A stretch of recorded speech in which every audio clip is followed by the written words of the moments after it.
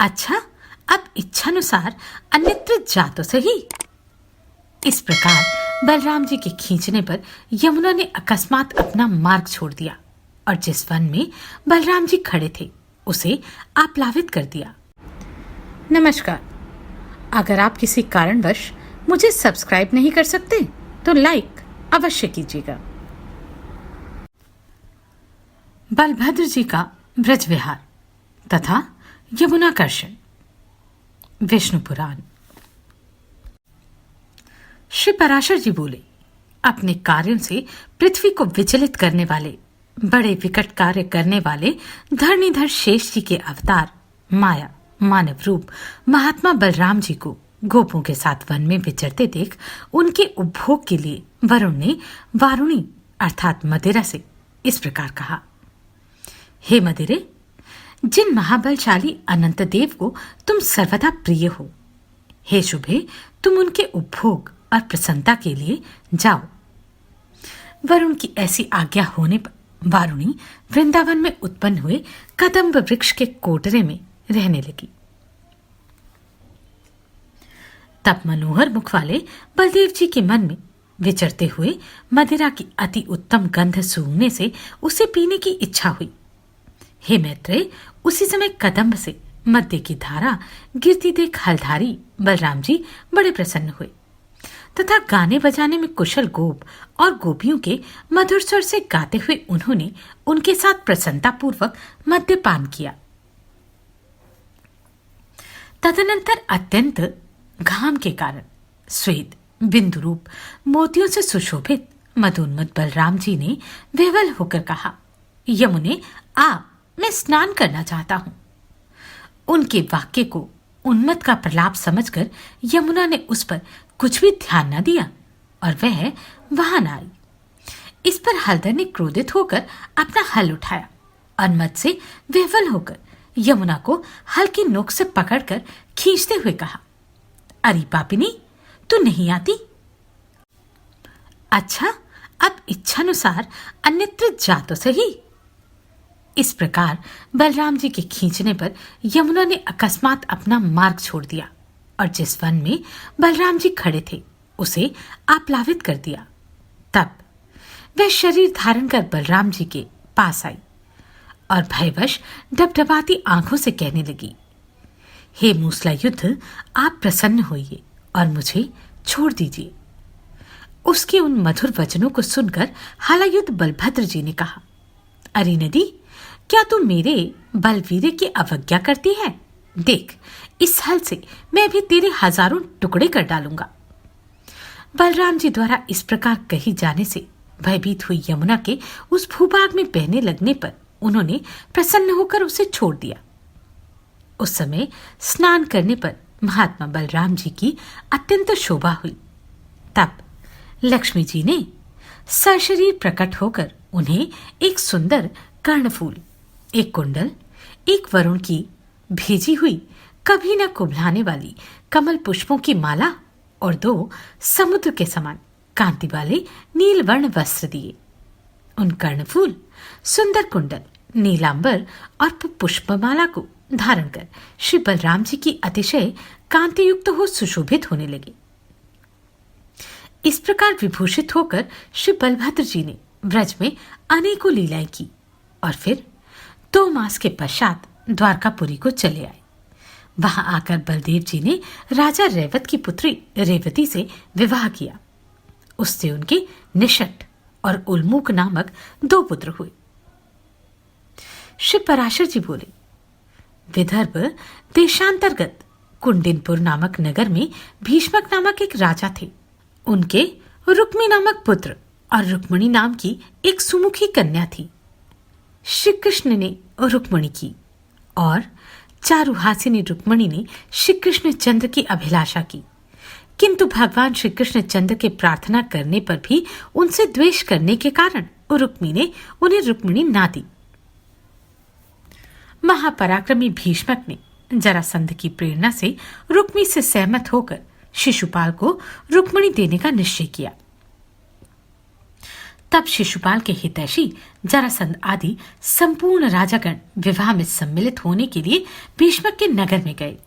इधर बलभद्र आदि यदुवंशियों के सहित श्री कृष्णचंद्र भी चेदीराज का विवाह उत्सव देखने के लिए कुंडिनपुर आए। तदनंतर विवाह का एक दिन रहने पर अपने विपक्षियों का भार बलभद्र आदि बंधुओं को सौंपकर श्रीहरि ने उस कन्या का हरण कर लिया। तब श्रीमान पौंड्रक, दंतवक्त्र, विदुरथ, शिशुपाल, जरासंध और शालवादी राजाओं ने क्रोधित होकर श्रीहरि को मारने का महान उद्योग किया, किंतु वे सब बलराम आदि यदुश्रेष्ठों से मुठभेड़ होने पर पराजित हो गए। तब रुक्मी ने यह प्रतिज्ञा की कि मैं युद्ध में श्री कृष्ण को मारे बिना कुंडिनपुर में प्रवेश न करूंगा। कृष्ण को मारने के लिए उनका पीछा करने लगे, किंतु श्री कृष्ण ने लीला से ही हाथी, घोड़े, रथ और पदातियों से युक्त उनकी सेना को नष्ट करके उसे जीत लिया और पृथ्वी में गिरा दिया। इस प्रकार रुक्मी को युद्ध में परास्त कर श्री मधुसूदन ने राक्षस विवाह से मिली हुई रुक्मणी का सम्यक रीति से पाणी ग्रहण किया। उससे उनके कामदेव के अंश से उत्पन्न हुए वीर्यवान प्रद्युम्न जी का जन्म हुआ, जिन्हें शंबरासुर हर कर ले गया और फिर जिन्होंने कालक्रम से शंबरासुर का वध किया था। हे मुने, वीरवर प्रद्युम्न को शंबरासुर ने कैसे हरण किया था, यह कथा मैं मैत्रेय जी आपके कहने पर अवश्य सुनाऊंगा। मैत्रेय जी ने कहा, मैं केवल प्रद्युम्न के शंबरासुर के हरण की कथा ही नहीं जानना चाहता, मैं यह भी जानना चाहता हूं कि उस महाबली शंबर को प्रद्युम्न ने कैसे मारा। जिसको पहले उसने हरण किया था, उसी ने पीछे उसे किस प्रकार मार डाला। हे गुरु, मैं ये संपूर्ण प्रसंग विस्तार पूर्वक सुनना चाहता हूं। श्री पराशर जी बोले, हे मुने, काल के समान विकराल शंबरासुर ने प्रद्युम्न को जन्म लेने के छठे ही दिन यह मेरा मारने वाला है ऐसा जानकर सूतिका ग्रह से हर लिया।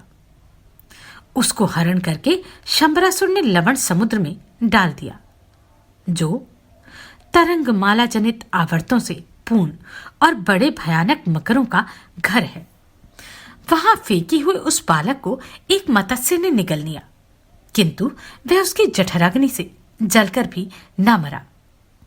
कालांतर में कुछ मछेरों ने उसे अन्य मछलियों के साथ अपने जाल में फंसाया और असुर श्रेष्ठ शंबर को निवेदन किया। उसकी नाममात्र की पत्नी मायावती संपूर्ण अंतःपुर की स्वामिनी थी और वह सुलक्षणा संपूर्ण सूदों का आधिपत्य करती थी। उस मछली का पेट चीरते ही उसमें एक अति सुंदर बालक दिखाई दिया, जो दग्ध हुए काम वृक्ष का प्रथम अंकुर था। तब यह कौन है, किस प्रकार इस मछली के पेट में डाला गया, इस प्रकार अत्यंत आश्चर्यचकित हुई उस सुंदरी से देवऋषि नारद ने आकर कहा, हे सुंदर भ्रिकुटी वाली, यह संपूर्ण जगत की स्थिति और संहार करता भगवान विष्णु का पुत्र है। इसे शंबरासुर ने सूतिका ग्रह से चुराकर समुद्र में फेंक दिया था। वहां इसे यह मत्स्य निगल गया और अब इसी के द्वारा यह तेरे घर आ गया है। तू इस नररत्न का विश्वस्त होकर पालन कर। श्री पराशर जी बोले, नारद जी के ऐसा कहने पर मायावती ने उस बालक की अतिशय सुंदरता से मोहित हो बाल्यावस्था से ही उसका अति अनुरागपूर्वक पालन किया। हे महामते, जिस समय वह नव यौवन के समागम से सुशोभित हुआ, तब वह गजकामिनी उसके प्रति कामायुक्त अनुराग प्रकट करने लगी। हे महामुने, जो अपना हृदय और नेत्र प्रद्युम्न ने अर्पित कर चुकी थी, उस मायावती ने अनुराग से अंधी होकर उसे सब प्रकार की माया सिखा दी। इस प्रकार अपने ऊपर आसक्त हुई उस कमल लोचना से कृष्णनंदन प्रद्युम्न ने कहा, आज तुम मातृभाव को छोड़कर यह अन्य प्रकार का भाव क्यों प्रकट करती हो? तब मायावती ने कहा, तुम मेरे पुत्र नहीं हो, तुम भगवान विष्णु के तन्य हो। तुम्हें कालशंभर ने हर कर समुद्र में फेंक दिया था। तुम मुझे एक मत्स्य के उदर में मिले थे। हे कांत, आपकी पुत्र वत्सला जननी आज भी रोती होगी। श्री पराशर जी बोले, मायावती के इस प्रकार कहने पर महाबलवान प्रद्युम्न जी ने क्रोध से विवल हो शंबरासुर को युद्ध के लिए ललकारा और उससे युद्ध करने लगे। यादव श्रेष्ठ प्रद्युम्न जी ने उस दैत्य की संपूर्ण सेना को मार डाला और उसकी 7 मायाओं को जीतकर स्वयं 8वीं माया का प्रयोग किया। उस माया से उन्होंने दैत्यराज कालशंभर को मार डाला और मायावती के साथ विमान द्वारा उड़कर आकाश मार्ग से अपने पिता के नगर में आ गए। मायावती के सहित अंतःपुर में उतरने पर श्री कृष्णचंद्र की रानियों ने उन्हें देखकर कृष्ण ही समझा, किंतु अनिंदिता रुक्मणी के नेत्रों में प्रेमवश आंसू भर आए और वे कहने लगी, अवश्य ही यह नवयौवन को प्राप्त हुआ किसी बड़भागिनी का पुत्र है। यदि मेरा पुत्र प्रद्युम्न जीवित होगा तो उसकी भी यही आयु होगी। हे वत्स, तू ठीक ठीक बता, तूने किस भाग्यवती जननी को विभूषित किया है? अथवा बेटा, जैसा मुझे तेरे प्रति ही स्नेह हो रहा है और जैसा तेरा स्वरूप है, उससे मुझे ऐसा भी प्रतीत होता है कि तू श्रीहरि का ही पुत्र है। श्री पराशर जी बोले, इसी समय श्री कृष्णचंद्र के साथ वहां नारद जी आ पहुंचे। उन्होंने अंतःपुर निवासिनी देवी रुक्मणी को आनंदित करते हुए कहा, हे सुभ्रु, यह तेरा ही पुत्र है। यह शंबरासुर को मार कर आ रहा है, जिसने कि इसे बाल्यावस्था में सूतिका ग्रह से हर लिया था।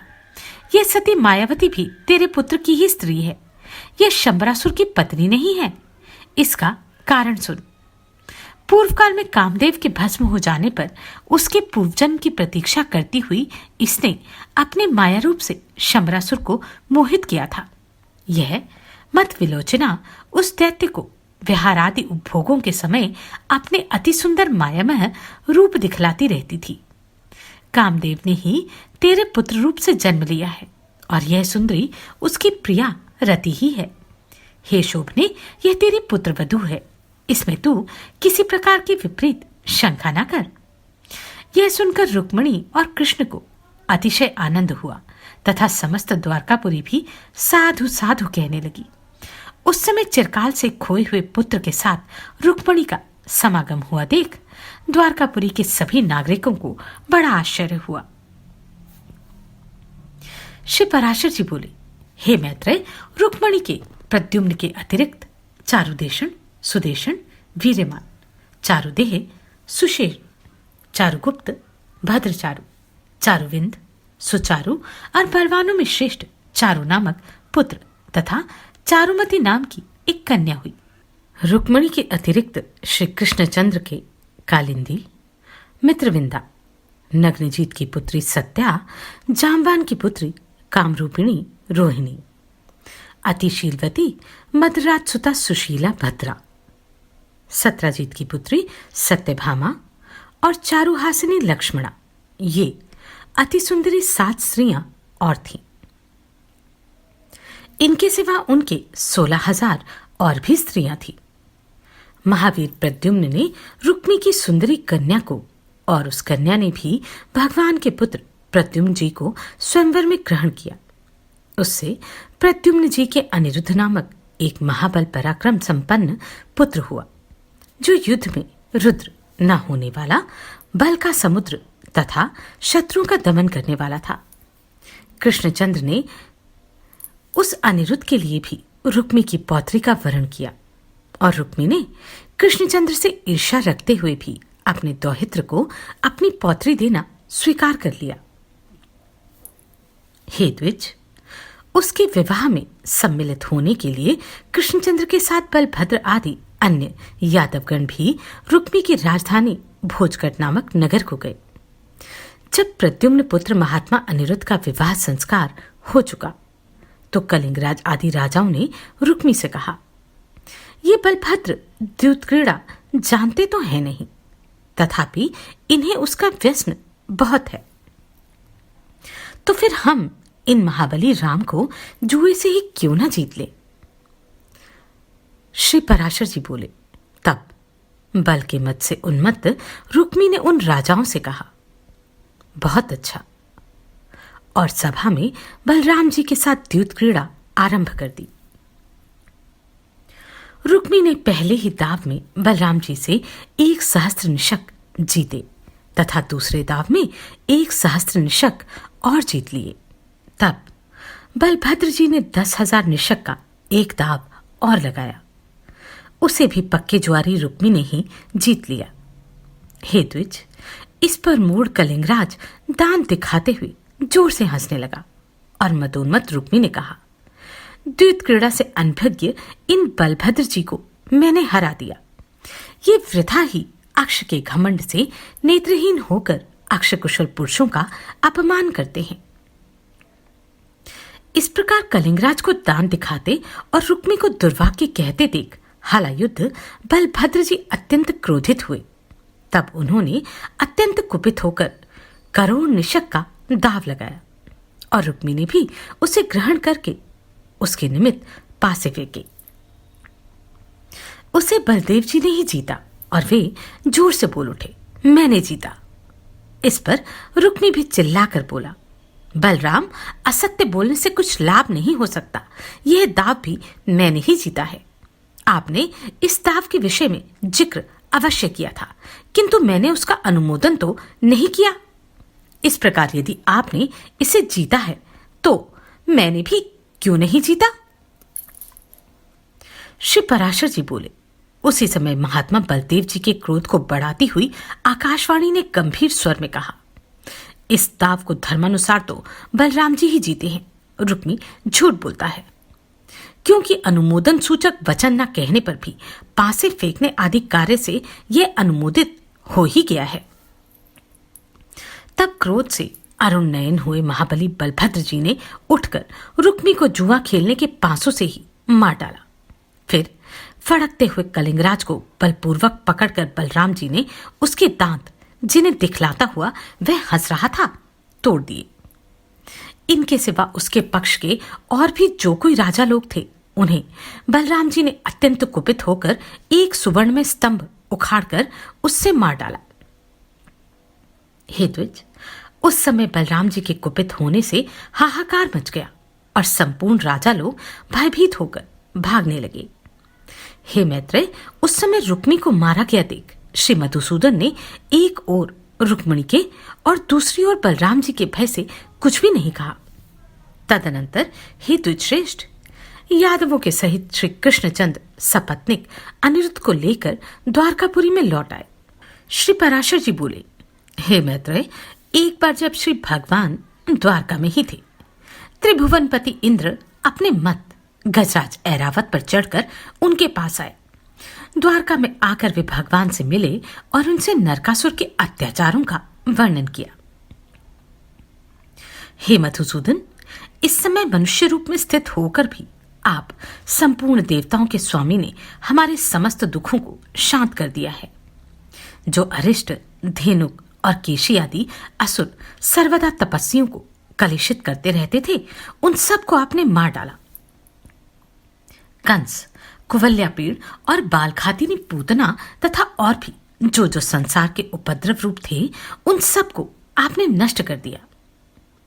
आपके बाहुदंड की सत्ता से त्रिलोकी के सुरक्षित हो जाने के कारण याजकों के दिए हुए यज्ञ भागों को प्राप्त कर देवगण तृप्त हो रहे हैं। हे जनार्दन, इस समय जिस निमित्त से मैं आपके पास उपस्थित हुआ हूं, उसे सुनकर आप उसके प्रतिकार का प्रयत्न करें। हे शत्रुदमन, यह पृथ्वी का पुत्र नरकासुर प्राग ज्योतिषपुर का स्वामी है। इस समय यह संपूर्ण जीवों का घात कर रहा है। हे जनार्दन, उसने देवता, सिद्ध, असुर और राजा आदि को, कन्याओं को बलात् लेकर अपने अंतःपुर में बंद कर रखा है। इस दैत्य ने वरुण का जल बरसाने वाला छत्र और मंदराचल का मणिपर्वत नामक शिखर भी हर लिया है। हे कृष्ण, उसने मेरी माता अदिति के अमृतस्रावी दोनों दिव्य कुंडल ले लिए हैं और अब इस ऐरावत हाथी को भी लेना चाहता है। हे गोविंद, मैंने आपको उसकी ये सब अनीतियां सुना दी हैं।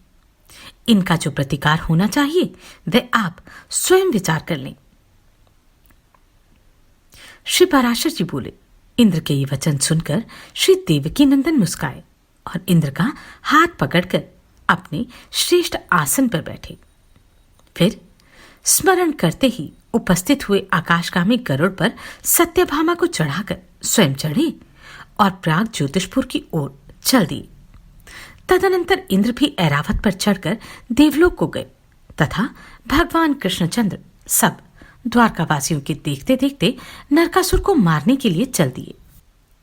हे द्विजोत्तम, प्राग ज्योतिषपुर के चारों ओर पृथ्वी 100 योजन तक मूर्दैत्य के बनाए हुए छुरे की धारा के समान अति तीक्ष्ण पाशों से घिरी हुई थी।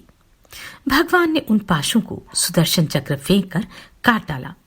फिर मूर्दैत्य भी सामना करने के लिए उठा। तब श्री केशव ने उसे भी मार डाला। तदनंतर श्रीहरि ने मुर के 7000 पुत्रों को भी अपने चक्र की धार रूप अग्नि में पतंग के समान भस्म कर दिया। हे द्विज, इस प्रकार मतिमान भगवान ने मुर, हयग्रीव एवं पंचजन आदि दैत्यों को मारकर बड़ी शीघ्रता से प्राग ज्योतिषपुर में प्रवेश किया। वहां पहुंचकर भगवान का अधिक सेना वाले नरकासुर से युद्ध हुआ, जिसमें श्री गोविंद ने उसके सहस्त्रों दैत्यों को मार डाला। दैत्य दल का दलन करने वाले महाबलवान भगवान चक्रपाणी ने शस्त्रास्त्र की वर्षा करते हुए भूमिपुत्र नरकासुर के सुदर्शन चक्र फेंक कर 2 टुकड़े कर डाले। नमस्कार, मैं आभा शर्मा जावास। यदि आपको मेरा ये प्रयत्न सराहनीय लगा हो तो मुझे सब्सक्राइब करके प्रोत्साहित करें।